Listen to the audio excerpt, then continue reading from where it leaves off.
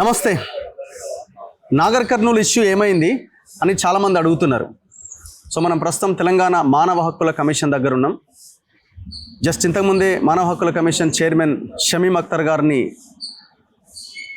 BC SC ST JAC ఇన్ఛార్జ్గా వ్యవహరిస్తున్న విశారదన్ గారు అండ్ బాధితులు ఎవరైతే ఆ పాప తల్లి తండ్రి వాళ్ళ కుటుంబ సభ్యులంతా హెచ్ఆర్సీ చైర్మన్ని కలవడం జరిగింది. వాళ్ళు ఈ కేసు మొత్తం పక్కదారి పట్టించారు. దీని మీద పూర్తి స్థాయిలో ఎంక్వైరీ ఇంకా జరగాల్సిన అవసరం ఉంది. మర్డర్ కేసులు పెట్టాలి, ఎస్సీ ఎస్టీ అట్రాసిటీ కేసు పెట్టాలి అని ఈ కంప్లైంట్ చేయడం జరిగింది. సో జడ్జి గారు కూడా విన్నట్టున్నారు, నేను కూడా అక్కడే ఉన్నా. సో వాళ్ళు నోటీసులు వీళ్ళందరికీ సర్వ్ చేయబోతున్నారు. అసలు ఈ కేసు ఎంతవరకు వచ్చింది, ఏం జరుగుతున్నది, వాళ్ళు హైదరాబాద్ నాగర్ కర్నూలు నుంచి హైదరాబాద్కి రాత్రి విశారదన్ అండ్ టీం తీసుకొచ్చిన తర్వాత జరిగిన పరిణామాలు ఏంటి, మళ్ళీ ఈ మధ్యలో ఖమ్మం ఇష్యూ ఒకటి చాలా దారుణంగా కనబడుతున్నది. అక్కడ 1000 ఇండ్లను కూలగొట్టిన పరిస్థితి ప్రభుత్వం. సో మరి నాగర్ కర్నూలు ఇష్యూ ఎంతవరకు వచ్చింది ఒకసారి మనం మాట్లాడదాం. నా ముందు విశారదన్ గారు ఉన్నారు. విశారదన్ గారు నమస్తే. నమస్తే. ఏం చేశారు, ఏం తేల్చారు, ఎంతవరకు వచ్చింది? సో ఇంతవరకు మరి వీళ్ళు తిరుగుతున్నారు, అక్కడెక్కడ మీటింగ్స్లో పాల్గొంటున్నారు, అవుట్కమ్ ఏంటి? అవుట్కమ్ ఉండకపోవడం వల్లనే కదా ఈ సమస్య అంతా జటిలమవుతుంది. నాగర్ కర్నూలులో జరిగినటువంటి అంత భయంకరమైన క్రూరమైన రెడ్లు చాకలి కుటుంబం దళిత కుటుంబాల మీద జరిగిన తీవ్రమైన ఆ గుడిలో జరిగిన దాడి ప్రపంచవ్యాప్తంగా తెలిసింది. ఆ దాడిని పోలీస్ స్టేషన్కి పోతే అక్కడ న్యాయం జరగలే, ఎస్ఐ తోటి జరగలే, సిఐతో జరగలే, డిఎస్పీ జరగలే, నాగర్ కర్నూలు ఎస్పీతో జరగలే. అక్కడ 3 రోజులు ధర్నా శిబిరం పెట్టినా జరగలే. ధర్నా శిబిరాన్ని కూలగొట్టిండ్రు. ఉల్టా కొమెర గ్రామంలో ఉన్న రెడ్లను ఆర్గనైజ్ చేసి శాంతి ర్యాలీ అని పెట్టి రెండింటిని ఫైట్ తీసుకొచ్చి 144 సెక్షన్ పెట్టి ఆ గ్రామాన్ని నాగర్ కర్నూలుని భయంకరమైనటువంటి ఒక గొడవల కేంద్రంగా చేసి 144 సెక్షన్ పెట్టి టెర్రరైజ్ చేసి ఇక్కడ బాధితుల్ని ఇంకా మరింత ఘోరంగా దాడి చేసే పరిస్థితిని గమనించి శిబిరాన్ని కూడా కూలగొడితే నేను వీళ్ళని తీసుకొని హైదరాబాద్ రావడం జరిగింది. హైదరాబాద్లో వచ్చిన ఆ రోజు రాత్రే డీజీపీ గారికి ఇట్లా నాగర్ కర్నూలు నుంచి బాధితులను తీసుకొని వచ్చాము, మిమ్మల్ని ఉదయం కలుస్తామని ఆ రాత్రి మీ ఇంటర్వ్యూ ఇవ్వడం జరిగింది. పొద్దున్నే డీజీపీ గారిని కలిసి ఈ రోజుకి 4 రోజులు. డీజీపీ గారిని కలిసినా ఎలాంటి ప్రయోజనం లేదు. వారికి అన్ని విషయాలు చెప్పినా నిందితులు మీద ఉన్న కేసుల స్థితి ఎట్లా ఉందో ఈ రోజుకి అదే ఉంది. మర్డర్ కేసు నమోదు చేయలేదు. అట్రాసిటీ యాక్ట్ కోసం ఆ అమ్మాయి పుట్టింది బీసీ అయినా పెరిగింది మాదిగల కుటుంబంలో కాబట్టి అమలు కాలేదంటారు. ఇంకో అమ్మాయి కంప్లీట్ మరి ఎస్సీ కులానికి మాల కులానికి సంబంధించిన కోడలు ఆమెను కొట్టిండ్రు, దానికే అట్రాసిటీ యాక్ట్ అమలు కాలేదు. అబ్యూజింగ్ మహిళలది ఆ యాక్షన్ అమలు కాలేదు సెక్షన్. ఫైనల్ గా నిందితుల్ని అరెస్ట్ చేసి రిమాండ్కి పంపిన దాఖలాలు లేవు. ఈ క్రమంలో డీజీపీని కలిసినాం, ఉమెన్ కమిషన్ కలిసినాం, చైల్డ్ ప్రొటెక్ట్ కమిటీని కలిసినాం, ఈ రోజు హ్యూమన్ రైట్స్ కమిషన్ కలిసినాం, ఎస్సీ ఎస్టీ కమిషన్ కలిసినాం, బీసీ కమిషన్ కలిసినాం. 6 కమిషన్లు అయిపోయినాయి, డీజీపీ అయిపోయింది. ఇంతవరకు కదలిక అనేది లేదు. కారణం ఏమిటి? బాధితుల మీద దాడి చేసిన రెడ్ల వెనక ముఖ్యమంత్రి రేవంత్ రెడ్డి మంత్రాంగం ఉండడమే కారణమా, లేదా అక్కడ స్థానికంగా ఉన్న ఎమ్మెల్యే బలమైన రెడ్డి సామాజిక వర్గం యొక్క మంత్రాంగం కారణమా? ఇన్ని కమిషన్లు కూడా ఎందుకు వైలేట్ అయిపోయి కమిషన్ల యొక్క సిఫారసులు కానీ డైరెక్షన్స్ కానీ ఒక్క డిపార్ట్మెంట్ వెనకపోవడానికి ఇది పూర్తిగా ఈ రెడ్డి రాజ్యానికి సంబంధించిన ప్రతినిధి రేవంత్ రెడ్డి కీలక సూత్రధారిగా మేము భావిస్తున్నాం. సో నాకు అనిపిస్తున్నది అంటే ఇంతకంటే గొప్పగా వాళ్ళు నిర్ణయాలు తీసుకుంటారని నాకైతే అనిపిస్తలేదు. ఎందుకంటే చాలా కేసులు ఉన్నాయి కదా. మన ఖమ్మంలో 1000 మంది ఇండ్లను కూలగొడితే జరిగిన విషయం ఏంటి, అట్లా చాలా ఇప్పుడు కర్ల రాజేష్ లాకప్ డెత్ జరిగిన విషయం ఏంటి, ఇవన్నీ మనం ఆధారాలతో సహా బయటికి తీసుకొచ్చినా కూడా వాళ్ళు మాట్లాడతారు, కంప్లైంట్ చేసే వాళ్ళు చేస్తారు. అల్టిమేట్ గా మళ్ళీ ప్రభుత్వము అధికారులు మళ్ళీ కోర్టుకు పోయినా మళ్ళీ గవర్నమెంటే కదా అక్కడ ఎవిడెన్స్ ప్రొడ్యూస్ చేయాల్సింది. సో కాబట్టి ఇంతకంటే జరిగేది ఏం లేదు. ఇంకా మీరు ఏం చేస్తారు అనేది వాళ్ళ లైన్. అంటే ఇప్పుడు కాన్స్టిట్యూషనల్ రాజ్యాంగ జ్యుడిషియరీ కమిషన్లు ఇవన్నీ హ్యూమన్ రైట్స్ కావచ్చు, ఎస్సీ కమిషన్ కావచ్చు, బీసీ కమిషన్ కావచ్చు, ఉమెన్ కమిషన్ కావచ్చు, వీళ్ళు జ్యుడిషియరీ పవర్స్. మరి వీళ్ళనన్నా నమ్మి మేము వస్తాం కదా, వీళ్ళ నమ్మకాలను కూడా ఏం జరిగితే చూద్దామని చూస్తున్నాం సార్. ఇప్పటి వరకు అన్ని ప్రయాణాలు అవుతున్నాయి. రేపు ధర్నా పెట్టినాం. ఈ రోజు మా వాళ్ళు నాయకులంతా ఇలా ఏదో సెక్రటేరియట్ ముట్టాడంటే 6 పోలీస్ స్టేషన్లు తీసుకుపోయారు. ఆ పైలా మనోడిని తీసుకుపోయారు, ఆశని తీసుకుపోయారు, వృత్తిదారులను తీసుకుపోయారు, అనేక మంది నాయకులు తీసుకుపోయారు. రేపు పెద్ద ధర్నా చేయబోతున్నాం. మరి రేపేం చేస్తారో తెలియదు. మా పోరాటం ఎక్కడా బ్రేక్ కాలే. మధ్యలో వీళ్ళ ఆరోగ్యాలు బాగాలే. 2 రోజులు ఆరోగ్యాలు బాగలేదు, 2 రోజులు ఇక్కడే ఉన్నారు. ఆ 2 రోజులు ఆరోగ్యం బాగలేని సిచ్యువేషన్ లో కూడా గవర్నమెంట్ కనీసం కనికరం చూపించి వీళ్ళు ఎక్కడ ఉన్నారు, ఏం చేస్తారు అనేది కూడా పట్టించుకోలేదు. నాగర్ కర్నూలు భద్రత లేదని ఈడీకి తీసుకొచ్చినాం, ఈడీకి డీజీపీ గారికి చూపించి సర్లే నేను కొంత భద్రత కల్పిస్తాడు, అది ఏమీ లేదు. ఇప్పటి వరకు పోరాటాన్ని నాన్ స్టాప్ గా కొనసాగిస్తున్నాం. హ్యూమన్ రైట్స్ కమిషన్కి వచ్చేంత వరకు మేము అంతిమంగా ముఖ్యమంత్రి దగ్గరికి అతిపెద్ద పోరాటాన్ని తీసుకుపోవాలనుకుంటున్నాం. నాగర్ కర్నూలులో కూడా మళ్ళీ నాగర్ కర్నూలు శిబిరం దగ్గరికి పోయి ఇన్ని కమిషన్లు అయినాయి సార్, హైదరాబాద్ వచ్చినాం, తినడానికి తిండి లేదు, షెల్టర్ లేదు, మాలాంటి ఆర్గనైజేషన్స్ ఏదో 4 రోజులు 10 రోజులు చూస్తారు. మరి మళ్ళీ వీళ్ళు పోవాల్సింది ఎక్కడికి? అదే నాగర్ కర్నూలు పోవాల్సిందే. వాళ్ళ కొంప కూడా అక్కడే ఉంది. అది చిన్న కొంప 10 సామాన్లు ఏదో కావచ్చు, మళ్ళీ అక్కడికే పోవాలా. అదే నాగర్ కర్నూలు క్షేత్రంగా మళ్ళీ పోరాటం మొదలు పెడతాం. మేము వచ్చిన పనులన్నీ అయినాయి, మళ్ళీ ఏంటి మళ్ళీ దీక్ష చేయాలి కదా. మరి ఎక్కడ చేయాలా? ఇప్పుడు హైదరాబాద్ చేస్తారేమో, అందుకే ఇక్కడికి తీసుకొచ్చిరేమో అందరూ అనుకున్నారు. అదే సార్, ఇప్పుడు హైదరాబాద్ వచ్చి డీజీపీని కలిసి 4 కమిషన్లను కలిసినాం. అనేక మంది పెద్ద మనుషులు హైదరాబాద్ లో ఉద్యమకారులు వచ్చిపోయినరు, వాళ్ళు విజిట్ చేసిండ్రు, వీళ్ళని తీసుకుపోయి ఉద్యమకారులకు కలిపినాం, వాళ్ళు ఆఫీస్కి వచ్చిండ్రు. మధ్యవర్తి లాగా ఏదో వచ్చే మల్లు రవి గారు వచ్చి మిమ్మల్ని మీరు ఇది చేయండి అది చేయండి అని అంటే, ముందు మా డిమాండ్స్ అని గవర్నమెంట్ చెప్పండి అని మల్లు రవి గారి ద్వారా చెప్పినాం. మల్లు రవి అనే మనిషి ప్రభుత్వం నుంచి మా దగ్గరకు వచ్చి మా విషయాలన్నీ చెబితే పోయి మల్లు రవి ఏం చేసిండు, మళ్ళా రెడ్ల పక్షాన్ని నిలబడి వాళ్ళతో ప్రెస్ మీట్ పెట్టిండు ఘోరంగా. మేమేమంటున్నామంటే, ఏ వైపు చూసినా మాకు పరిష్కారం కనపడట్లేదు. ప్రభుత్వం నుంచి వచ్చిన మల్లు రవి కూడా 100% విఫలం అయిపోయింది. ఆయన పోయి మళ్ళీ రెడ్ల పంచన పాలక పక్షాన చేరిండు. ఏ రకంగా చూసినా ఏ రూపంలో చూసినా మాకు ఆశ లేదు కాబట్టి, డీజీపీ గారి మీద ఆశ లేదు కాబట్టి, లాస్ట్ కి కమిషన్లకు వచ్చి హ్యూమన్ రైట్స్ కాగితం ఇచ్చి రేపు ఒక ధర్నా చేస్తాం. రేపు ఒక ధర్నా చేస్తాం. ధర్నా చేయాలి కదా సార్, మాకు నిరసన ఏముంది? రేపు ఒక ధర్నా చేస్తాం. ధర్నా చేసిన తర్వాత మళ్ళీ ఏం చేస్తున్నాయిగా, కమిషన్లని కలిసినాం, పెద్ద మనుషులు కలిసినాం, ఉద్యమకారులను కలిసినాం, డీజీపీని కలిసినాం, అన్ని అయిపోయినాయి. హైదరాబాద్ ఉండే పరిస్థితి లేదు. మళ్ళీ నాగర్ కర్నూలు పోయి అక్కడ ఒక పెద్ద దీక్షా శిబిరాన్ని అదే ప్లేస్ లో పెట్టి స్వయంగా మేమే పోయి మళ్ళీ పోరాటాన్ని భారీ ఎత్తున మళ్ళీ తెరలేపాల్సిందే అని మేము భావిస్తున్నాం. సో అప్పుడంటే టెంట్ ఏం ఇచ్చారు, ఇప్పుడు ఏం ఇస్తారా? టెంట్ ఏం ఇస్తారో మా రక్తం తాగుతారో సార్. పోరాట రూపాలు అయితే ఒకటి కాకపోతే ఒకటి కాకపోతే ఒకటి యుద్ధం చేయాల్సిందే కదా. నాగర్ కర్నూలు కొట్టి చంపనేయండి సార్, నేనే ముందుంటా, నన్నే చంపనేయండి, ఏం జరిగితే చూస్తా.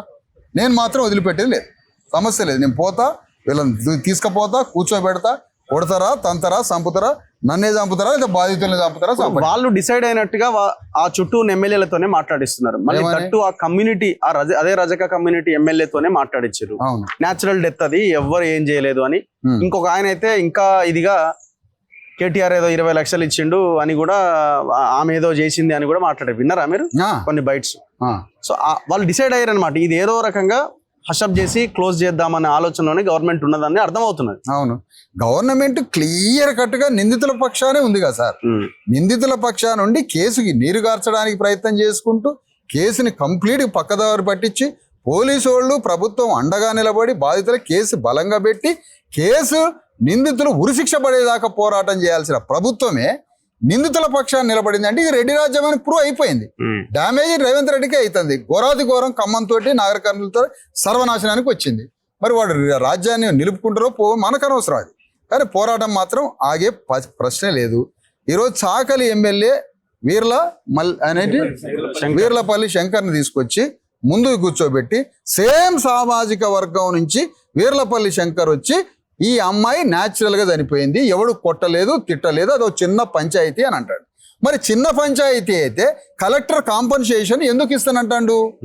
కలెక్టర్ కాంపన్సేషన్ కేసు లేకుండా ఎందుకు ఇస్తున్నాడు? రీజన్ ఏంటి? ఇది చాలదా సుప్రీంకోర్టు పోవడానికి, హైకోర్టు పోయి అడగడానికి? ఇప్పుడు వీళ్ళని కొట్టలేదు తిట్టలేదు ముట్టలేదు, అది కేసే కాదు, అది వీళ్ళ తప్పే లేదు, నిందితులు తప్పలేదు మా రెడ్లదని శంకర్ చెప్తున్నాడు, వీర్లపల్లి శంకర్.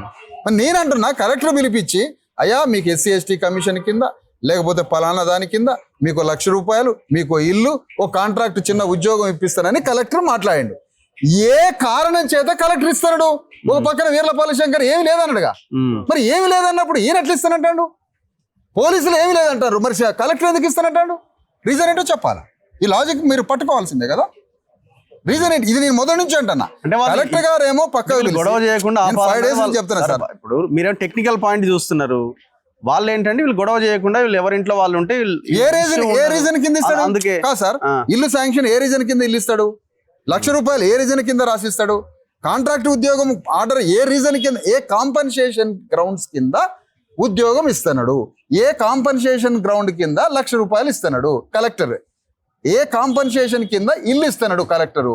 ఒకవైపు వీర్లపల్లి శంకరు బాధితులైన వారి పక్షాన నిలబడకుండా పాప సహజంగా చచ్చిపోయింది, అసలు ఆడ గొడవే జరగలేదు, మా రెడ్లు ఎవరిని కొట్టలేదని అంటే వీర్లపల్లి శంకరే రెడ్డి వర్గంలోకి పోయిండా అని నేను మాట్లాడినా. కానీ బీసీ సంఘాలు ఏమంటున్నాయి? ఇక్కడ ఉన్న బీసీ సంఘాలు వీర్లపల్లి శంకర్ మేము కాపాడుతాం, ఆయన కాపాడుతారట. ఎందుకు కాపాడతారు? కాన్షీరామ్ సిద్ధాంతం ఏంటి? కాన్షీరామ్ సిద్ధాంతం ముందు చెంచాలను పట్టుకోమంటాడు. కాన్షీరామ్ పట్టుకోమన్నది చెంచాలను కదా. కాన్షీరామ్ నిన్న మల్లు బట్టి విక్రమార్క ఎవరు? మల్లు రవి సొంత తమ్ముడు, ఇద్దరు అన్నల తమ్ములు.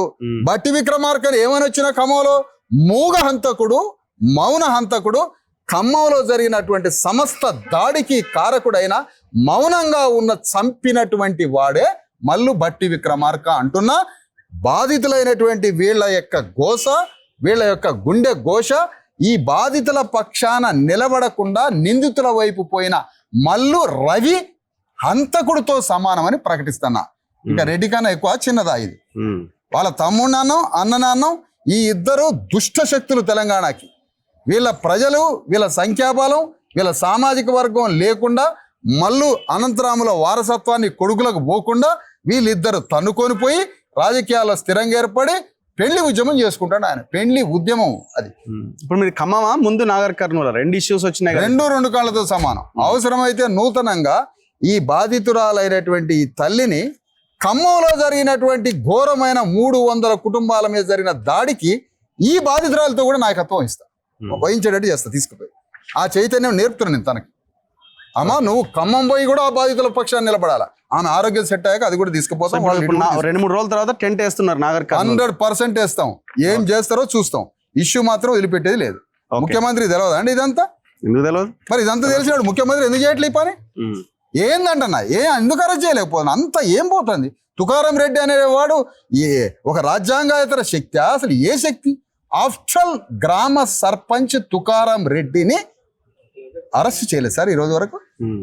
ఎంత బలంగా ఉంది గవర్నమెంట్ తుకారం రెడ్డి పక్కన అంటే ఒక 4 రెడ్లను అరెస్ట్ చేయడానికి ప్రాణాలు పోతాయా? ఇంత ఘోరం అయితే ఏ దేశం? ఇది నార్త్ ఇండియానా తెలంగాణనా? ఇదేనా రాహుల్ గాంధీ సామాజిక న్యాయం? రాహుల్ గాంధీ సామాజిక న్యాయం ఇదేనా అడుగుతున్నాం. ఒక మీరమ్మా ఏం చేద్దాం అనుకుంటున్నారు ఇప్పుడు? మళ్ళీ వెళ్ళి నాగర్ కర్నూల్లో మళ్ళీ దీక్ష అంటున్నారు. మీరు అన్ని యాక్సెప్ట్ చేస్తున్నారా? లేదు ప్రభుత్వం డిస్కషన్ లోకి వచ్చి ఏదో ఒకటి మాకు చేస్తే మేము వెళ్ళిపోతాం అన్న లైన్ లో ఉన్నారా? ఇప్పుడు విశారదన్ గారి లైన్ లోనే ఉన్నారా మీరు? సార్ ఎట్లా చెప్తే అట్లనే చేస్తాం. మా పాపకు న్యాయం జరిగేంత వరకు మేము దీక్ష ఆపము. ఎన్ని రోజులైనా సరే ఇట్లనే దీక్ష చేస్తూనే ఉంటాం.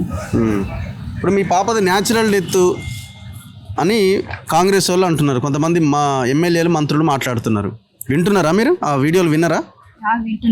విన్నప్పుడు ఏమనిపిస్తున్నది మీకు?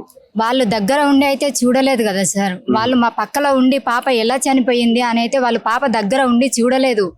పాప ఎట్లా అనారోగ్యంగా ఉందా మంచిగా ఉందా అనేది చెప్పాల్సింది మేము. ఎందుకంటే పాప మాకు పూర్తిగా మంచిగా అయిన తర్వాతనే మేము జాతరకి తీసుకుపోయినాము. బాగోలేకుంటే ఏ తల్లిదండ్రి తీసుకుపోరు కదా. పాప అయితే బాగానే ఉంది. వాళ్ళ మాటలు ఆ రెడ్డిలు లంచం ఇచ్చి మాట్లాడిస్తుర్రేమో మేము చెప్పలేం కదా సార్.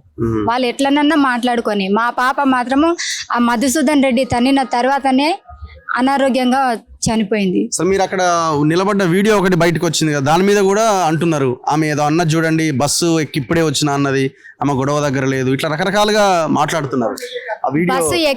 బస్సు మేము అప్పుడే దిగి రావడం కాదు, అయితే ఊరు వెళ్ళడానికి మేము బస్ ఎక్కి కూర్చున్నాం. అక్కడ మా ఆయనని కొట్టడంతో మేము అక్కడ అందరూ అరుస్తున్నారు. అరసడం వల్ల ఇంకా అక్కడ కొడుతున్నారు అని చెప్పేసి బస్సు దిగి వచ్చినాం. కానీ అప్పుడే ఆ రాత్రిపూట బస్సులు జాతర చేయడానికి ఎవరన్నా వస్తారా? మా ఆయన కొడుతుంటేనే మేము ఎక్కిన బస్సు దిగి మరీ వచ్చినాం. లాస్ట్ బస్ అదొక్కటే అని చెప్పి మేము బస్సులో కూర్చున్నాము. ఇక్కడ మా ఆయనని మా అత్తమ్మ అనేసి కొడుతుంటే మేము ఎక్కిన బస్సు దిగి వచ్చినాం. కానీ బస్సు అప్పుడే దిగి రాలేదు సార్. సో ఇన్ని రోజులు అవుతుంది కదా, దాదాపు ఒక 10-15 రోజుల నుంచి ఇది నడుస్తూనే ఉంది. మీరు అక్కడ దీక్ష, మళ్ళీ హైదరాబాద్కి వచ్చి తిరుగుతున్నారు, ఇప్పుడు మళ్ళీ అక్కడికి వెళ్ళి ఎందుకు మరి ఇంత ఈ సిచ్యువేషన్ మీరు ఎదుర్కోవాల్సి వచ్చింది? గవర్నమెంట్ ఎందుకు మీ పక్షాన లేదని మీరు అనుకుంటున్నారు? అంతా రెడ్డిలకే పలుకుతున్నారు కదా సార్. ఏదైనా సరే రెడ్డికే న్యాయం చేయాలని చూస్తున్నారు. ఇప్పుడు వాళ్ళ లెక్క మాకు డబ్బులు ఉంటే కూడా మేము కూడా డబ్బులతో వాళ్ళని కొనేయొచ్చాము. మా దగ్గర డబ్బు లేదు, మాకు న్యాయం ఒకటే కావాలని కూర్చున్నాం మేము. వాళ్ళు డబ్బులతో అందరిని కొని వాళ్ళు మాట్లాడిస్తున్నారు. దానికి మేమేం చేయలేం సార్. ఇప్పుడు గ్రామం మొత్తం వాళ్ళ చేతిలోకి తీసుకున్నారన్నది కూడా ఒక చర్చ. ఇప్పుడు ఏమున్నా కూడా ఊర్లో మాట్లాడుకోవాలి, ఊర్లోకి వెళ్ళలేని పరిస్థితి, ఊర్లో అంతా మీకు అంతా నెగిటివ్గా ఉన్నారు. అట్లాంటి సిచ్యువేషన్ ఏమైనా ఉందా, పరిస్థితి ఉందా? ఉన్నది 100% ఉంది. ఇప్పుడు ఊర్లోకి వెళ్ళడానికి మాత్రం లేదు సార్. ఇప్పుడు ఎందుకంటే రెడ్డిలు అందరూ పైసలు పెట్టి కొన్నట్టున్నారు ఊర్లో ఉన్న వాళ్ళందరికీ కూడా. మేము కూడా చూస్తున్నాం వీడియోస్, అందరికి కొన్నట్టున్నారు కాబట్టి అందరూ మాకు వ్యతిరేకంగానే మాట్లాడుతున్నారు. ఇప్పుడు మేము ఊర్లోకి వెళ్ళాలన్నా మేము కూడా ప్రాణాలతో ఉంటామన్న గ్యారంటీ లేదు. ఓకే, ఇప్పుడు ఒక్కసారి రఘుభాయ్ సార్, తెలంగాణలో ఒక ఎఫ్ఐఆర్ చేసి రిమాండ్కి పంపడానికి ఇంత సుదీర్ఘ ప్రయాణం ఉంటుందా సార్? ఇన్ని కమిషన్లు కలవడం ఏంటి? తిండి తిప్పలు లేని వీళ్ళని తీసుకొచ్చి హైదరాబాద్ తీసుకొచ్చి ఇన్ని రోజులు ఉండటం ఏంటి? మరి ఇక్కడి నుంచి ఢిల్లీకి పోవాలా, ఎక్కడికి పోవాలా, ఎవరికి చెప్పుకోవాలా? అంటే రాహుల్ గాంధీ దగ్గరికి పోయి ఢిల్లీ ఏఐసిసి కార్యాలయం ముందు మరి ముట్టడి చేసి అయ్యా మరి మీరన్నా డైరెక్షన్ కానీ మీ గవర్నమెంట్కి అని చెప్పాలా? ఒక ఎఫ్ఐఆర్ చేసి రిమాండ్కి పంపడానికి 4 సెక్షన్స్ ఇంప్లిమెంట్ అయ్యే సెక్షన్స్ పెట్టడానికి ఇంత పోరాటం ఇన్ని రోజులు ఉంటుందా సార్? ఇన్ని కమిషన్లు కలుస్తూ ఉంటారా ఇంతమంది బాధితులను తీసుకొని? ఇది చాలా చాలా చాలా పిట్టి చాలా భయంకరమైన సిచ్యువేషన్. ఇది పూర్తిగా తెలంగాణ పోలీసు వ్యవస్థ 100% విఫలమైన సంఘటనకి నిదర్శనం అని చెప్తున్నాం మేము సార్. ఇప్పటికైనా కొంతన్నా గవర్నమెంట్ ఆలోచించి కొద్దిగన్నా కొంతన్నా ఒక మెట్టు దిగి ఆ ఊళ్ళో ఉన్న 8 మందిని ఈడ్చుకొచ్చి రిమాండ్ చేయమని కోరుతున్నాం sir. Anyway, thank you very much Visharadan గారు. సో హైదరాబాద్లో రేపు ధర్నా అంటున్నారు వీళ్ళందరితో, అండ్ ఆ తర్వాత ఈ ధర్నా ఈ దీక్ష నాగర్ కర్నూలుకే మళ్ళీ షిఫ్ట్ చేస్తామంటున్నారు. సో సార్ ఇంకా రేపటి ధర్నాకి ఓకే రాష్ట్రంలో ఉన్నటువంటి రజక సోదరులు, బీసీఎస్సీ ఎస్టీ సంఘాలు అందరూ రేపు ఇందిరా పార్క్ దగ్గర జరిగే ధర్నాకి అందరూ రావాలని మీ ద్వారా మీకు తెలియజేస్తారు. పర్మిషన్ వచ్చిందా? పర్మిషన్ ఇస్తారు, మరి రేపు ఇస్తామంటారు. అది తెలుసుగా ఇందిరా పార్క్ పర్మిషన్ వస్తుంది అంటారు. ఎందుకంటే ఎవరు మేము పిలుచుకోకుండా ఏ జనాన్ని తీయకుండా భయం వస్తుంది అంటారు పర్మిషన్. అది ఎప్పటిదాకా పర్మిషన్ వచ్చినా రాకపోయినా రేపు కూర్చుంటాం అక్కడ, కూర్చో తప్పదు. ఎల్లుండి పర్మిషన్ అంటే వీళ్ళకి ఆరోగ్యాలు బాగాలే, నిరసన మా ప్రొటెస్ట్ అనేది మా రాజ్యాంగ హక్కు. ఇవ్వకపోతే కోర్టు నుంచి అయినా తీసుకొని రేపు కూర్చుంటాం. Anyway, thank you very much. ఇది విశారదన్ గారితో ఇంటర్వ్యూ. చూస్తూనే ఉండండి మన తొలి వెలుగు.